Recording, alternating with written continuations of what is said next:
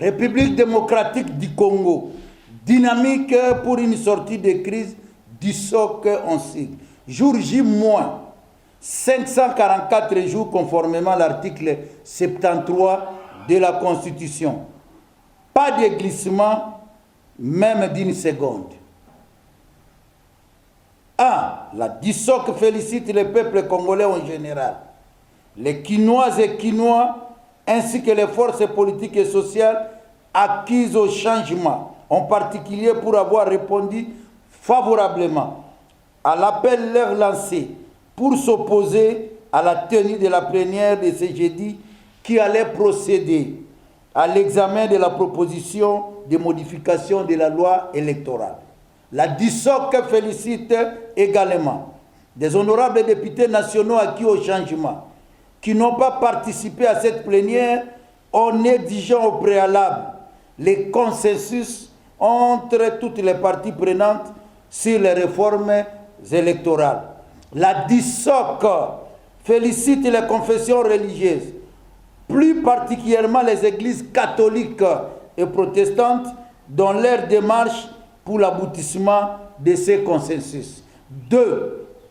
La DISOC prend acte de la suspension de l'examen de la proposition de la loi électorale par les citoyens Bosso et exige le consensus autour de l'adoption de la nouvelle loi électorale. 3. La DISOC réitère sa démarche faite à l'endroit des députés nationaux qui veulent sauver la démocratie aujourd'hui en péril, d'accélérer l'examen de la motion de défiance contre les citoyens Bosso qui n'inspirent plus confiance de diriger l'Assemblée nationale.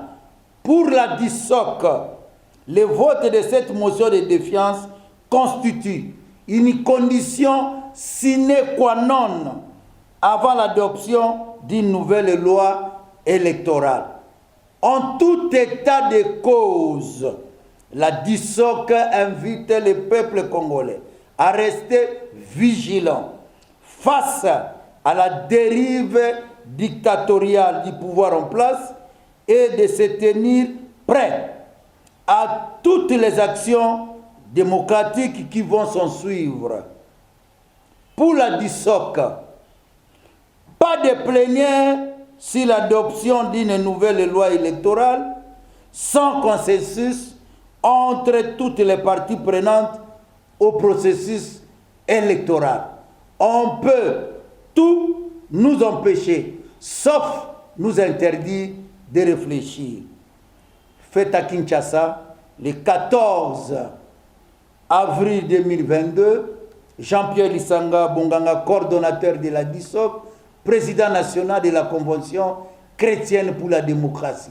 Nous avons dit et nous vous remercions.